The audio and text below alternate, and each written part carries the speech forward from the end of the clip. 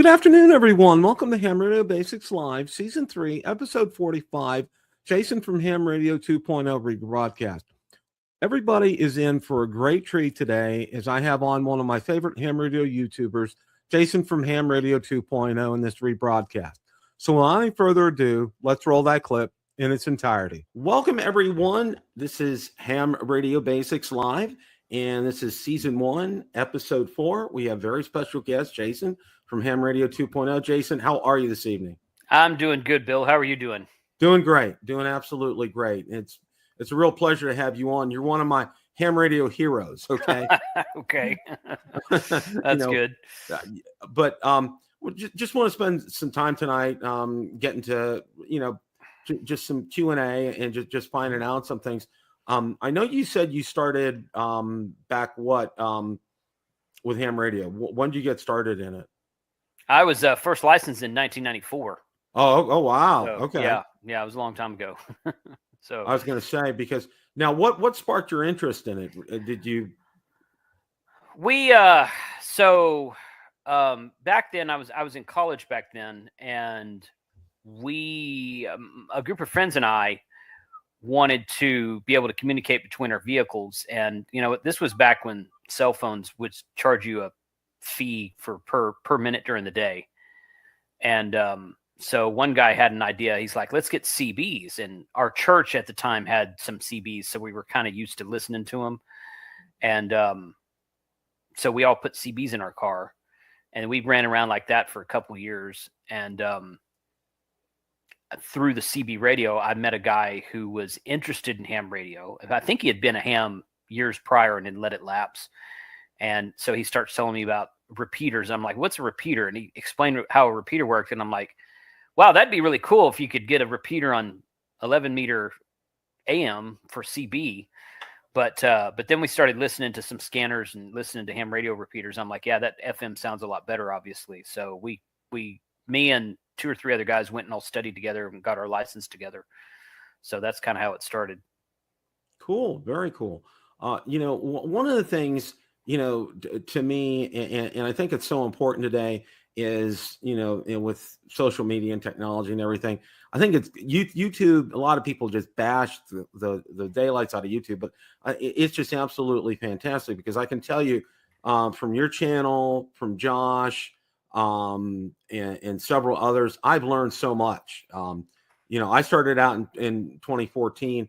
And moving to Florida, it was, I was in Ohio, no hurricanes, all I had to do was worry about winter storms. Well, hurricanes are a different beast. And, I wanted to make sure that I had some alternate forms of communication, because, when it hits the fan down here with a hurricane, the regular infrastructure is down. And that's how I got started doing ham radio. And it was in rapid succession. I mean, I took the general, then I took, I took the technician, and then it was pretty much right after that, I took the general, and then right after that, amateur extra, boom, and I was done. But I let it sit for a few years. Life got in the way.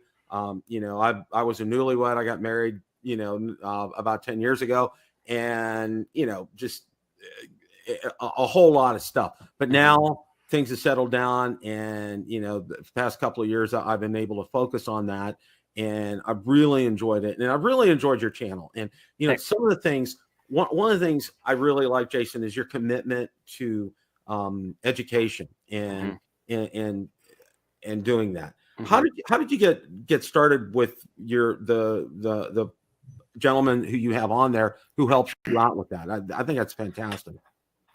Yeah, so that's you're probably referring to Chris, who's KD5HIY. He's a local ham that lives just in the next city over from me.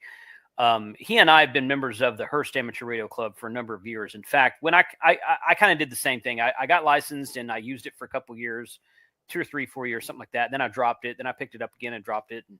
And I did that for the first, 15 years I was licensed, something like that. And I picked it up again around, I think it was around 2012 or 2013. And I found the Hearst Amateur Radio Club, which Hearst is a city that's like 2 cities over from Grapevine in what we call mid cities, halfway between Dallas and Fort Worth.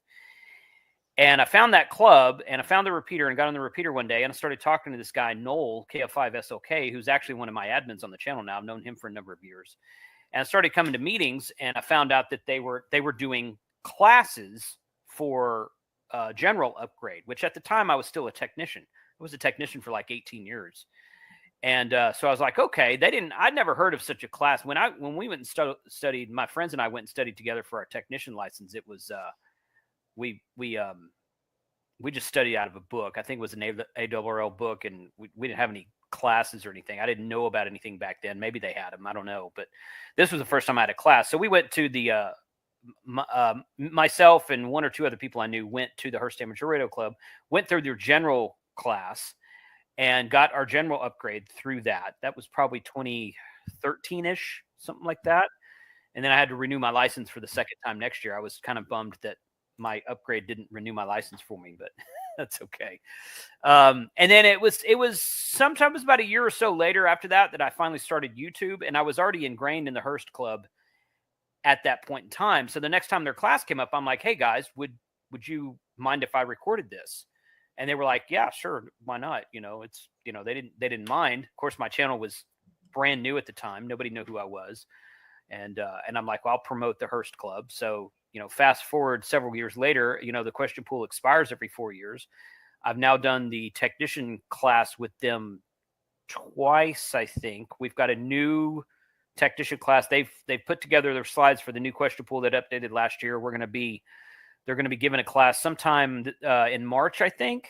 And I'm going to be recording that and putting that up there again. But really, that was just being at the right place, the right time with the right club, and me just having a camera and pointing it at the people who knew how to do that. Because people thank me for, hey, thanks for your class. I'm like, it's not really my class. I just recorded the guys who know what they're talking about. So, and then since then we've done a general class from them, and we did an extra class from another club that's local, the North Richland Hills Amateur Radio Club. So we did a class from them as well for extra.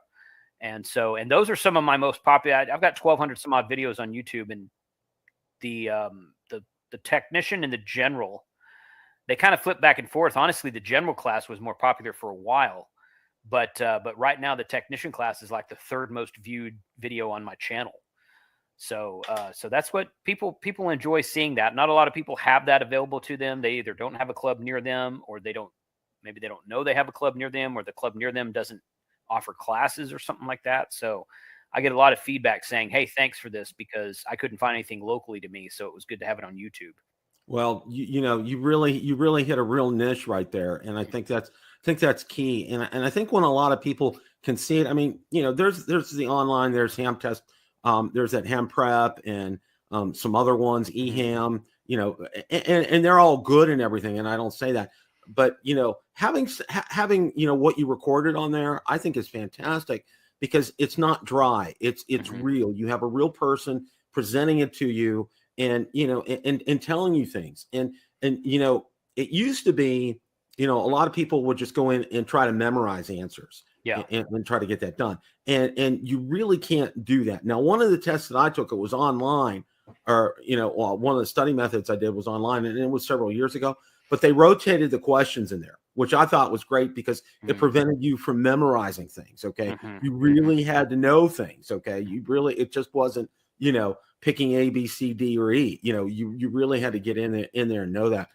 But I really like one of the things that you touched upon was, it's from your local club. And, there's a lot to be said for finding a good local club. Now, there are two in the area that I'm in. I joined one of them, and then I ended up finding out it's in a retirement community. Okay.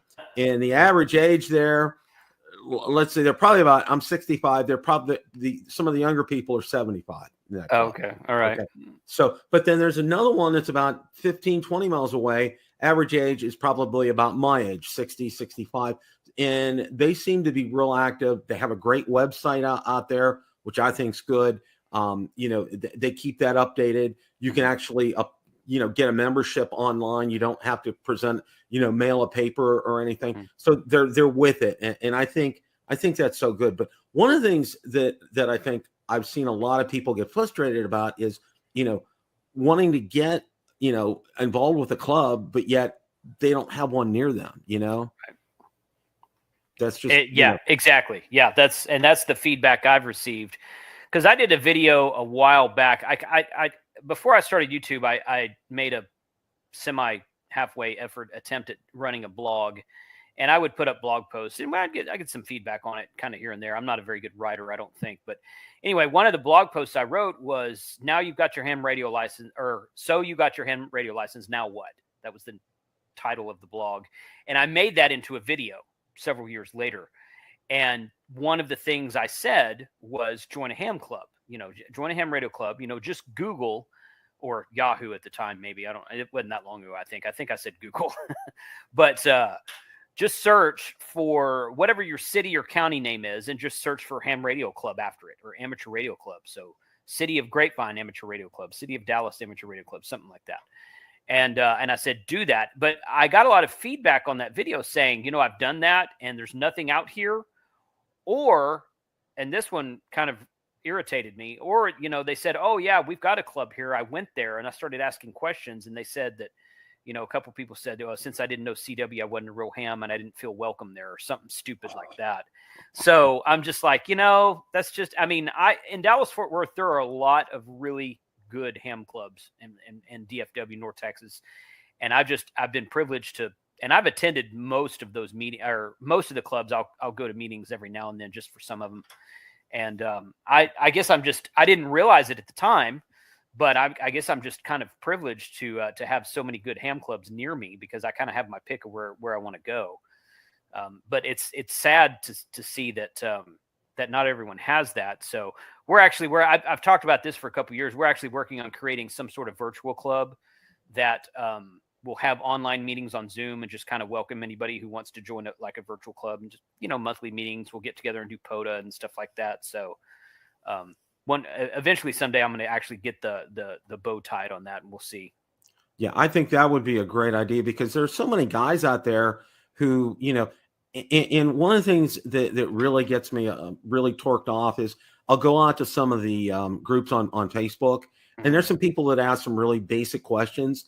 And then you have what I'll call, for lack of a better term, some sad hams come back and say, "Well, if you had, you won't need a tuner if your antenna was resonant." And I'm like, that's not what you need to tell a new ham. Okay. Right. And I see so much of that out there, and it just really irks the daylights out of me, but what's real nice is that there's one of them out there on Facebook, and I think it's called like Ham Radio for Newbies. It's such a they have a great community in there, and they really kind of emphasize, there's no stupid question. You're new. We're not going to condescend you. We're not going to come back with a smart aleck answer to you guys. We're going to try to help you along. And also, they'll go the extra mile and try to help you find somebody in your area, which I think, that's really good. Well, today, and I talked a little bit about this with, I had Scott from Ham Radio for Non-Techies on my first show. And, he and I talked a little bit about, how nowadays it's us, we're the Elmers out there, and people come to us for advice. I've had a gentleman, he's a disabled vet, and he's emailed me several times asking me questions. And I consider that an honor and a privilege. I kind of get the same thing on my drone channel, Bill the Drone Reviewer. I get a lot of emails daily from people just asking me basic questions. And I think, and that's so satisfying and so fulfilling. I mean, I really get a lot out of that. And I'm sure you do too. I think, it really helps to know that you're helping somebody. Okay. And, as I told people, there's no such thing as a stupid question. Like how do you set up an IC 7300, out of the box? What do you do?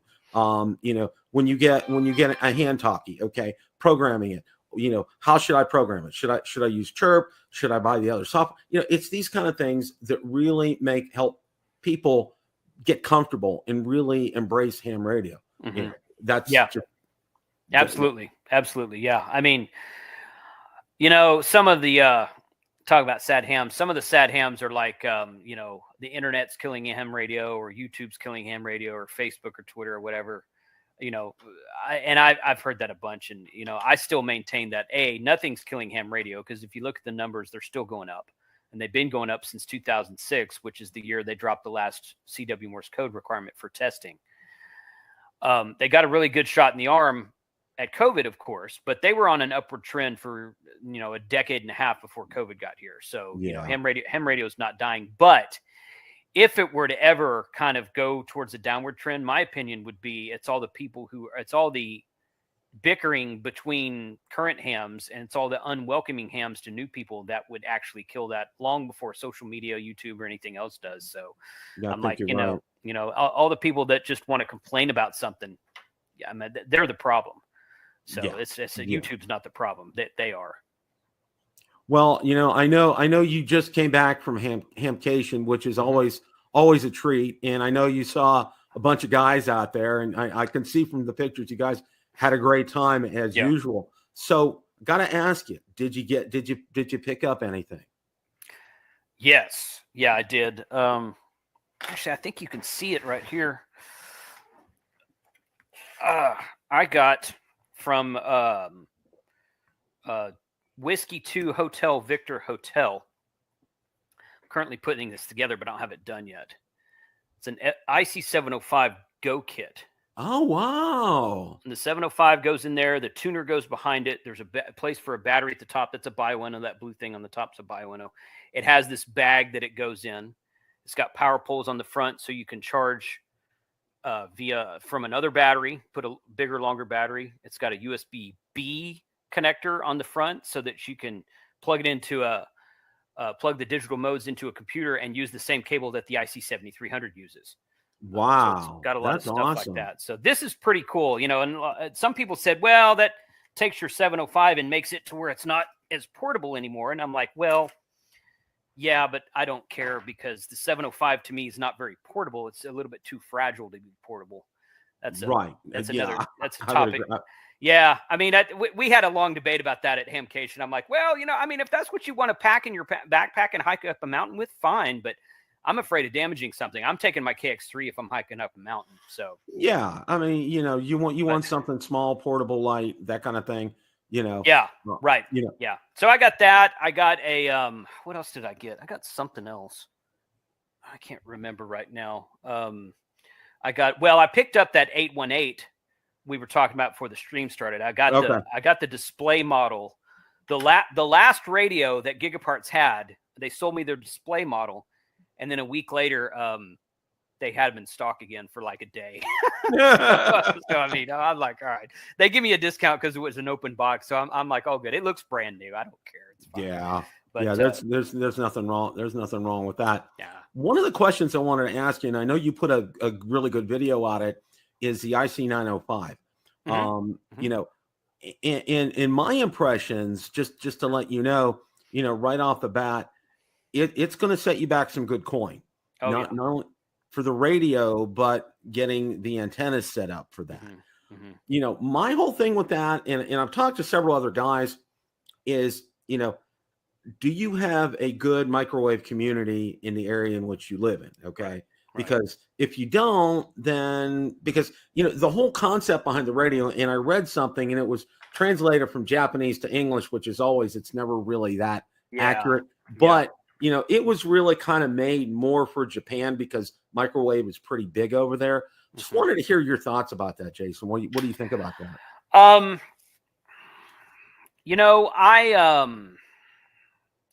My first initial thought when that radio came out was, hey, that's kind of kitschy and neat and very not narrow-minded. That's not what I'm saying. It's too nichey, too narrow of a niche. But there was a lot of speculation about what it would and wouldn't do. So once I figured out what it would do, which they made an announcement, I think it was around Huntsville of last year when they were talking about that. And once I watched the interview that Josh did with Ray, and I'm like, okay, that makes more sense now. I think that, and I told Ray this in my interview with him at HamCation, I think that radio is an excellent example of use it or lose it.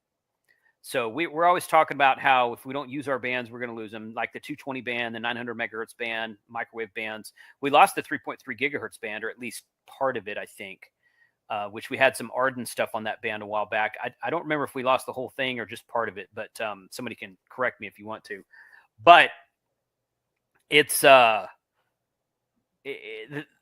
don't know of any other radio manufacturer making a radio for those bands. Now, it'll do 2 meters, 440, 70 centimeters, and 1.2 gigahertz all mode.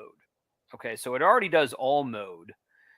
The 705 kit was it was 420 with a battery.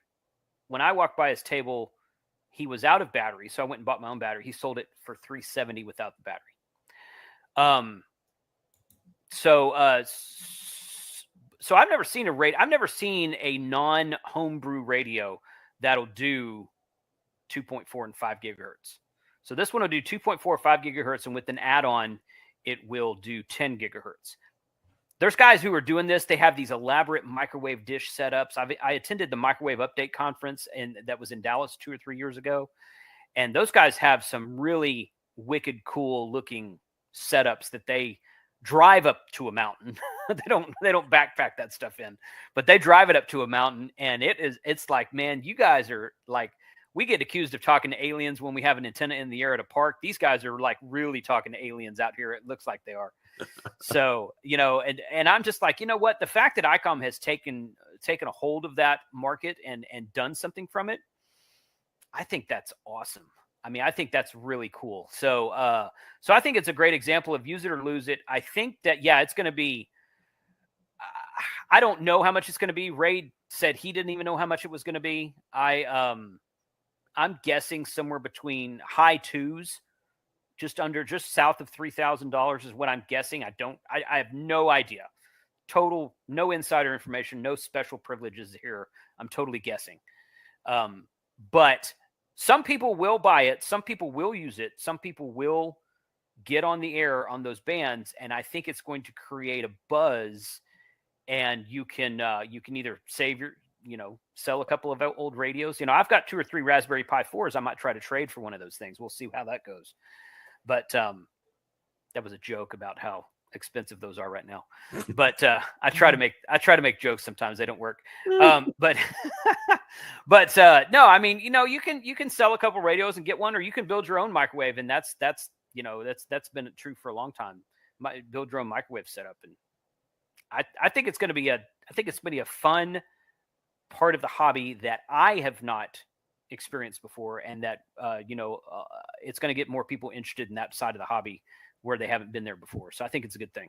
I do too. And you brought up a good point here, because what a lot of people do, like in the drone community, for example, they'll wait till somebody comes out and they'll buy like the latest and greatest DJI drone. Okay. Mm-hmm. And they'll wait a month or two after it comes out. They'll watch the reviews, and then they'll probably dive in and get it. And I think that's going to be the case with the 905. I think people are going to sit back initially. You're not going to get, a lot of people buy it, but maybe you might get it, maybe Josh might get it, and some other ones. And what's real interesting, and I got to throw this in, which I think it's just an absolute hoot. Okay.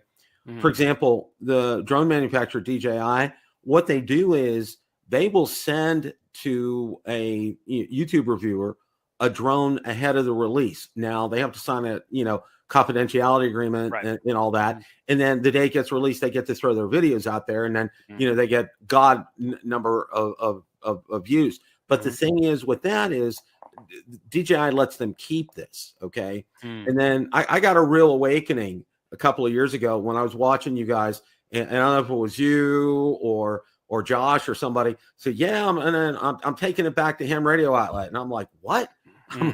Okay, it's like, okay, well, we're gonna have a rental radio here, and it's going back, which I just find it just real interesting and fascinating. But I think the thing is right. I think people will lay back, they'll wait, they'll take a look, and they'll see, and they'll watch for some good reviews on it, and then they'll probably dive in, and I see that happening.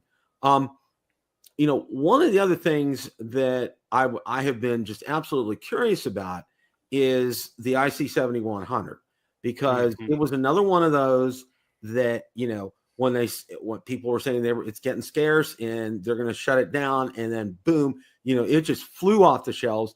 You can't find it on eBay, on any other places right now. It's not out there. And I talked to one of my friends who unfortunately worked at the San Diego ham radio outlet. Okay. And they're going to be closing shop this week, which is that's a whole nother show in and of itself.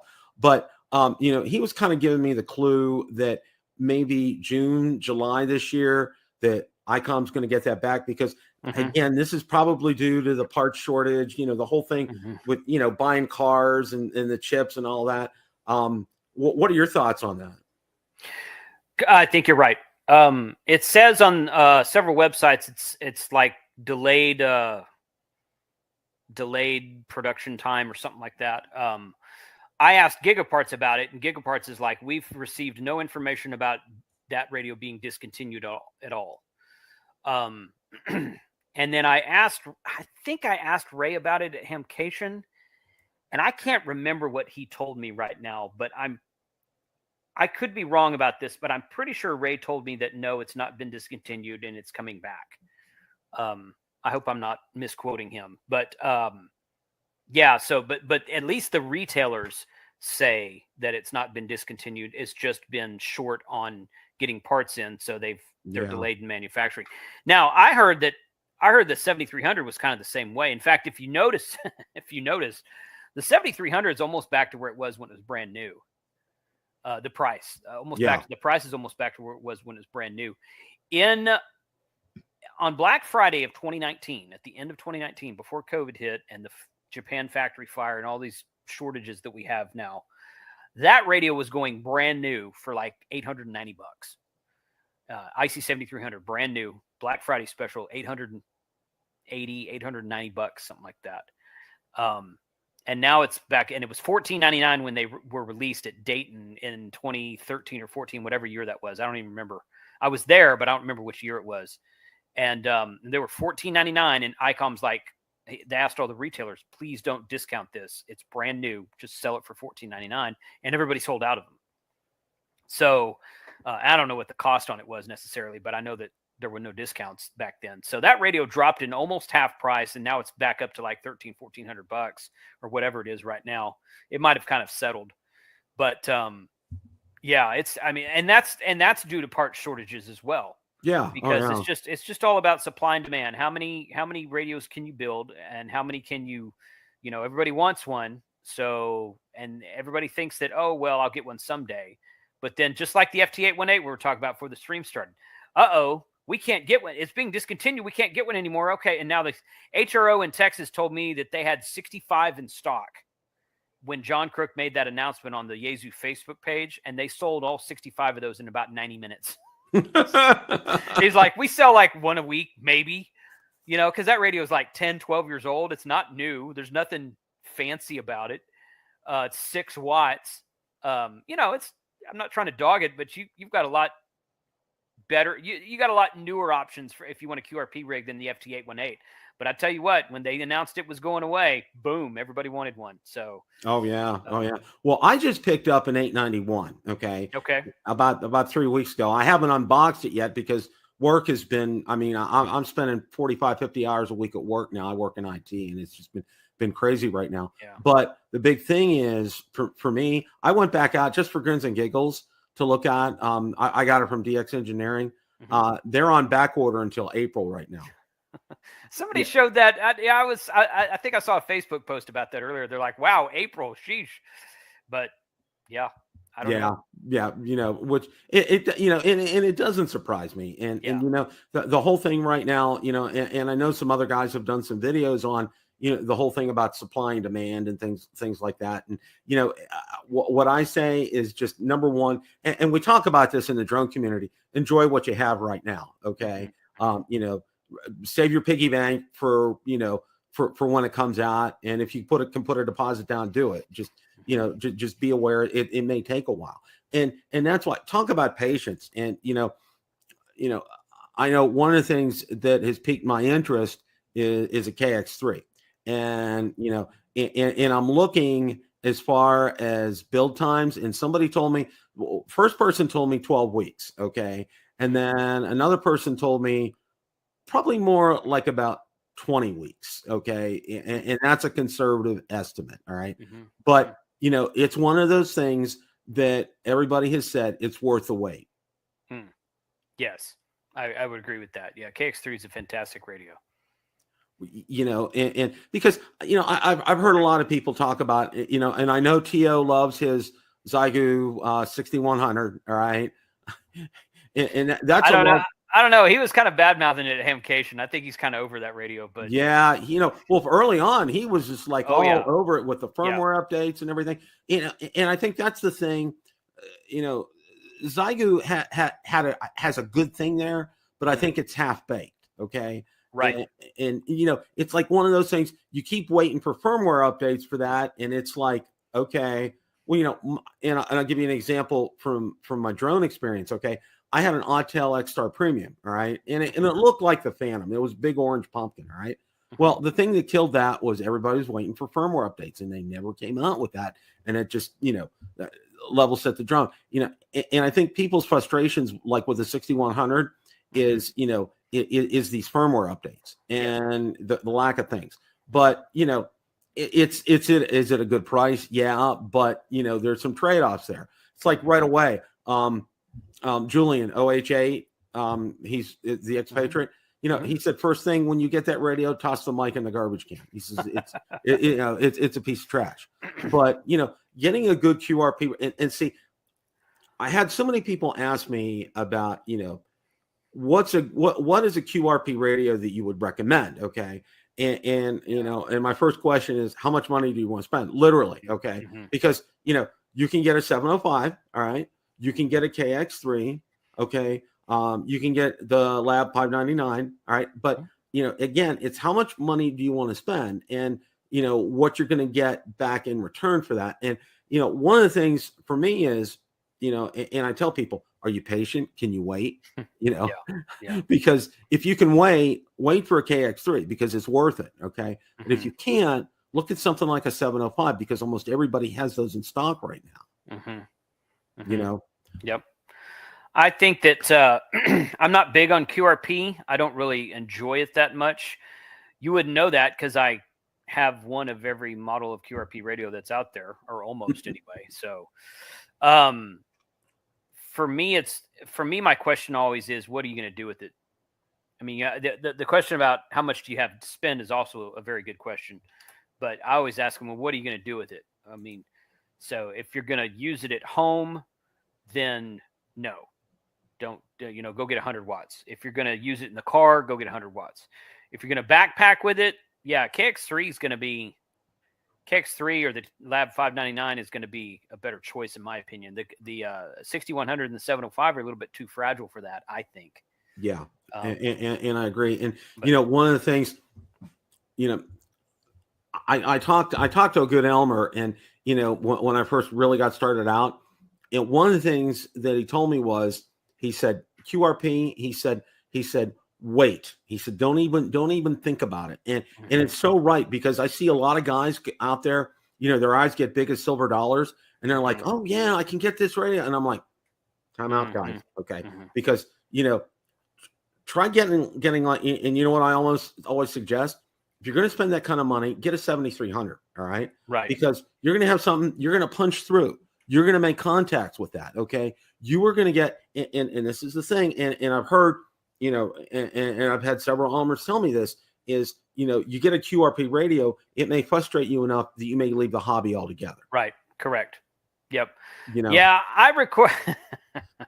I don't know if you saw my, my thumbs down video, but I kind of got I caught some flack over that, but okay. So I did a video. So the 705 was released during the height of COVID and lockdowns. It was actually supposed to be released before all that, and just because of everybody had to go home and nobody could go to work anymore, it was delayed, like many things were. So around that time when COVID started, a lot of people went home, had to go home, work from home, or got laid off, heaven forbid. And the ham radio license, the virtual ham radio license testing started about that time. And we saw a huge jump in numbers of getting newly licensed hams. And I can't count the number of emails I got, Discord messages I got, comments on videos saying, hey, I just got my license, testing for general next week. I'm thinking about the 705 as my first radio, because my first HF radio, because it's brand new. It's about to come out. What do you think? And my response was always the same. Do you know what QRP is?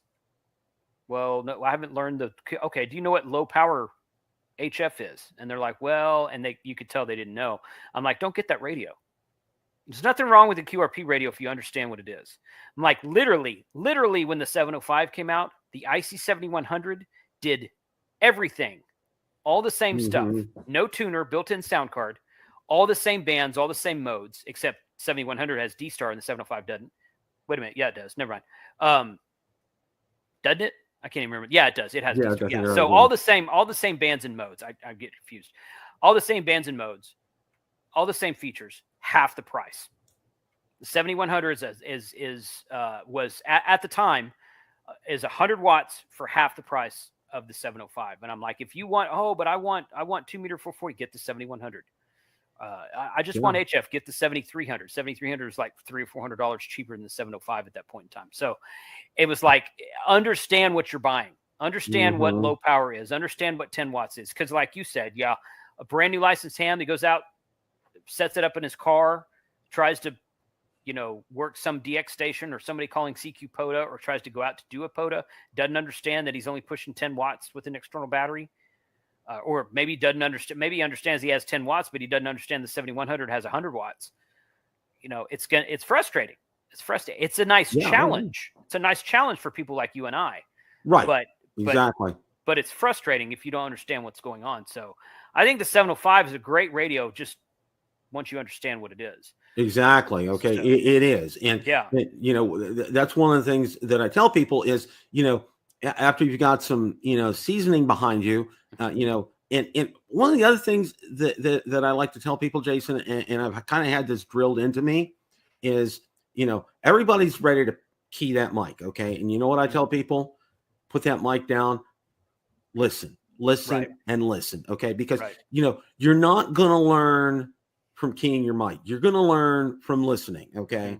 And I can't emphasize that enough to my friends and to those who are getting started out in ham radio, because, the last thing you want to do, and there's so many great videos out there. I know you have some, I know Josh has some, I know Scott has some, on calling CQ for the first time, and what do you say and what do you do and things like that. It's the first thing that you do, and it was drilled into me is like, listen, because you're going to learn so much by keeping this shut and keeping these open. I mean, that's what my dad used to tell me all the time. Yeah, that's true. People also forget that if you really want to do QRP, there's this cool little button or knob on the 7300 called RF power, and you can turn it down. You don't have to push 100 watts all the time. So your 7100 is every radio, FT-891, 7100, 7200, IC 7000, which is what I have in my truck right now. If I could turn it down to 5 watts if I wanted to.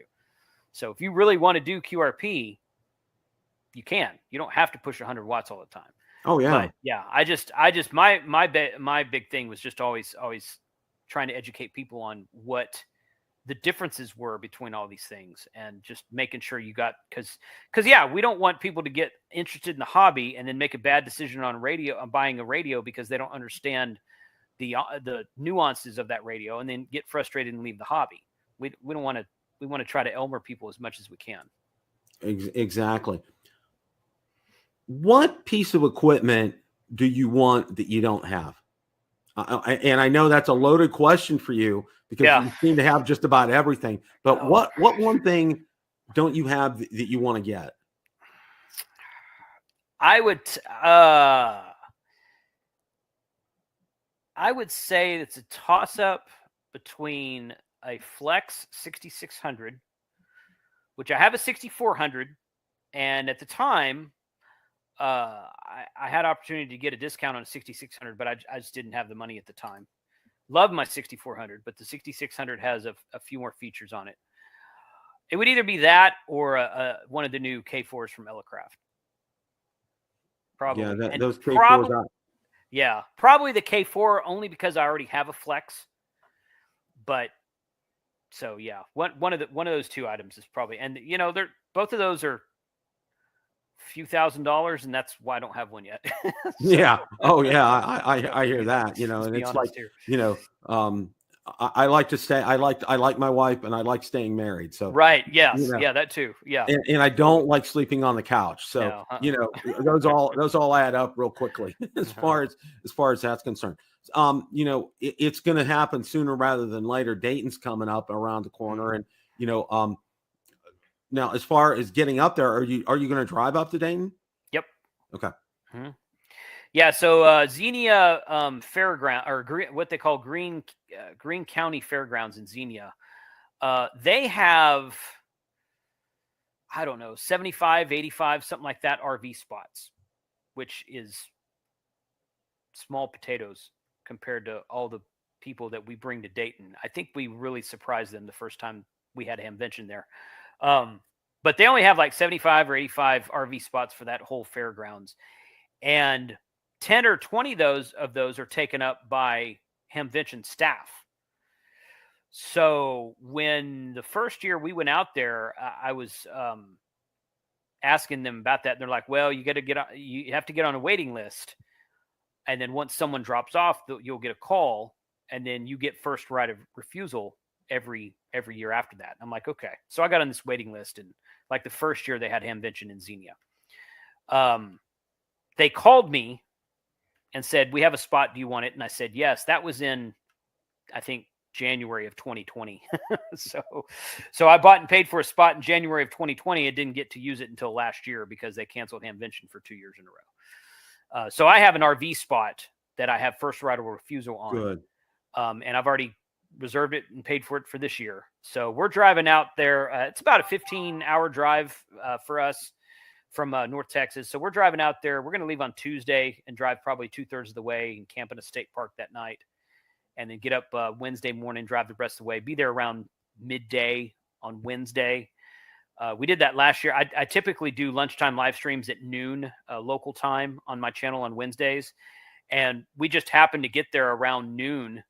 So I got the trailer set up, and we started about an hour and a half late, but I just live streamed from the fairgrounds for like an hour and a half. Frank was there. Josh walked up at the time. A couple other guys walked up. We're just sitting there live streaming in the fairgrounds 2 days before Hamvention starts. So that was really fun. I'm going to try do that again this year. But we stay through, I usually rent the place through Sunday night. That way I don't have to clear out of there at 10 a.m. Sunday morning or something like that. So, we'll stay, we'll probably head out Sunday afternoon, evening, something like that, drive part of the way back, something like that. So, but yeah, we'll be there, and that's a fun show. Orlando's the only one that I fly to that I don't drive to. So, but we're going to drive. I've driven to Dayton for the last 4 or 5 years. I really enjoy that trip. Yeah, it's a little far for me. It's about probably time wise, because when my wife and I first got married, we drove down from Columbus down to Tampa, and it's probably about a 15+ hour drive. And for me, I drive like 8 a.m. to 8 p.m. And when when the sun's down, I'm down. I'm done. Okay. I don't like driving when it's dark outside, but you're hauling. I mean, you're driving your RV too. Right. So that's, slows that's it always down. a challenge. Yeah. Yep. Definitely slows it down. So, but it's worth it having a place to crash during the day. Because have you been to Hamvention in Xenia? No, I haven't. Okay. All right. So and there's like 5 buildings in the center complex thing, and with like an outdoor food court type thing, and it's surrounded by these 5 buildings. It's maybe 6 buildings. And on the back side of one of the buildings is where the RV spot's kind of over here and over here. My RV spot just happens to be behind the building where the Gigaparts booth is. So it's like a 3 or 4 minute walk from the RV campsite to inside, going through the back door to get into the Gigaparts booth. And those guys always do they always welcome us and let us crash at their booth because they're real supportive of the YouTubers in general. Yeah. So they are. And well, I actually got, I applied for and I actually got my media credentials. So they'll be waiting there when I get there. And I think Thursday, I'm not 100% sure. But I think that's when we're going to get there. So, you know, I'm going to make sure to be able to look out for everybody, because I'm really excited about it, because I haven't been there. And, you know, some people tell me, you know, it's a little different from Orlando. You know, just in and of itself, the nature of the beast and everything, you know, and I'm really excited about it. I watched your videos from last year and Josh's and everybody's, and you know, I'm excited about getting out there, and you know, one of my goals is to get to a lot of the vendors and to talk to them and ask them some of the pointed questions, like, are we going to see a 7100?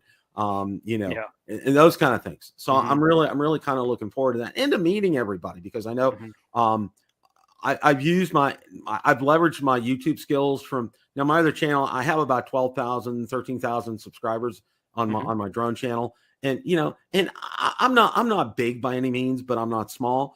And that's what's helped me get off on a good start on this channel is, you know, I leveraged all those, you know, YouTube skills that I learned from the other channel, ported it over here. I've already got 1,000 subscribers. I don't have the hours yet, but it's getting there, and I'm seem to be pretty pleased with that. So, so yeah, we're looking forward to it. It's gonna be fun, and plus, you know, I get the added bonus of going to see my children and visit my granddaughter. So, I mean, it's a win-win. Now, what we're gonna do, and what we did, we went up in December. For the first time, we did a Verbo, and we found it was an apartment, and we stayed for like $89 a night, which was a steal. But then you go to find out with things like that is they didn't have lights in the living room. It was very sparse in terms of furniture, no dining room table, no nightstands in the bedroom, that kind of thing. I mean, you know, but for $89 for a place to crash, I mean, it really was great. So that, we're looking forward to that. It's probably what we're going to do again, you know, because it helps saving some money here. So, you know, that's one of the things that I'm really good.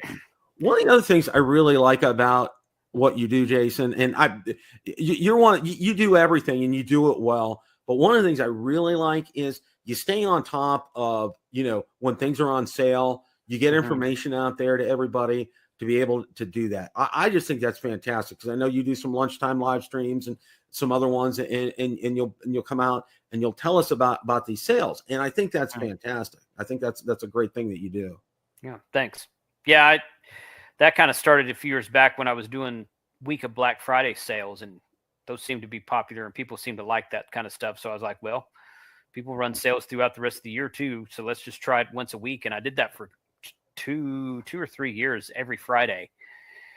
And I slacked off on that towards the end of last year, but I'm kind of starting to do them again, because people, they don't get the watch time that my other videos do, but I got a lot of comments about people missing them. So I'm like, well, okay, well, if I'm out of town, like I didn't do one the weekend I was at HamCation. Yeah. But I did one last week. I'll do one this Friday, that kind of thing. So there was some good President's Day sales last weekend, so that helped. And but yeah, and you know, and a lot of times, you know, there's some videos, you know, and I do it here as well as my drone channel. There's some videos that I do that I know they won't get the hits, but they're going to get, you know, they're going to get some great information out to people. And because I've had so many people get some feedback from that. Bill, thank you for pointing me to XYZ. Well, you know, a lot of people don't know things like everybody knows the big three. Okay. But then, you know, the other ones, the one down in Texas, God, it's, you know, on the tip of my tongue. Flex Radio? No. Main Training Company? Main Training Company. Yeah. You know, people, you know, it until I watched your channel, I had no idea about about that. And then there's that one in Ohio as well too. I think it's near Cincinnati. You know, which I think is great, because it gives people, besides, you know, HRO or DX or Gigaparts, you know, if they don't have something in stock, some of these other places might. Which I think is fantastic. Yep. Agreed. Yep. It's a fun show to keep up with. So yeah, it is. Well, you know, one of the things, and I got to say this about the big three, I've never had a bad experience with any one of them. Okay. They've all taken good care of me. You know, that they've all gone the extra mile when something went wrong.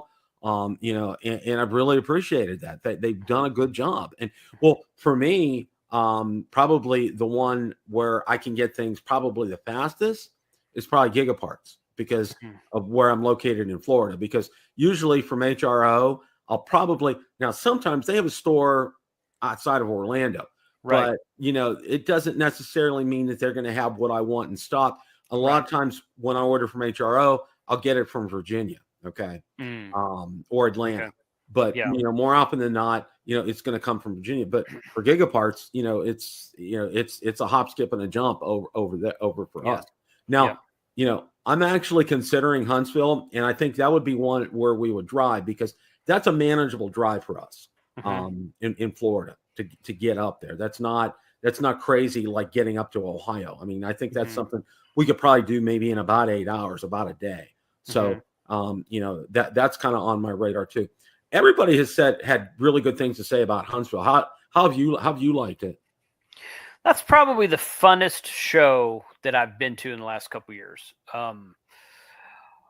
A big reason for that is because all of us YouTubers that hang out together, that was the first show that we were all able to kind of, we basically, I mean, long story short, we basically kind of started collaborating together in late 2019 and early 2020. And then of course there were no HamFests in 2020, 2021. So, well, 2021 Huntsville happened. That was the first major HamFest. It was in August of 2021. That was the first major HamFest that happened post-COVID, and everybody was there. Everybody was ready to get back to HamFest, ready to come and hang out with people and just kind of eyeball QSO everybody.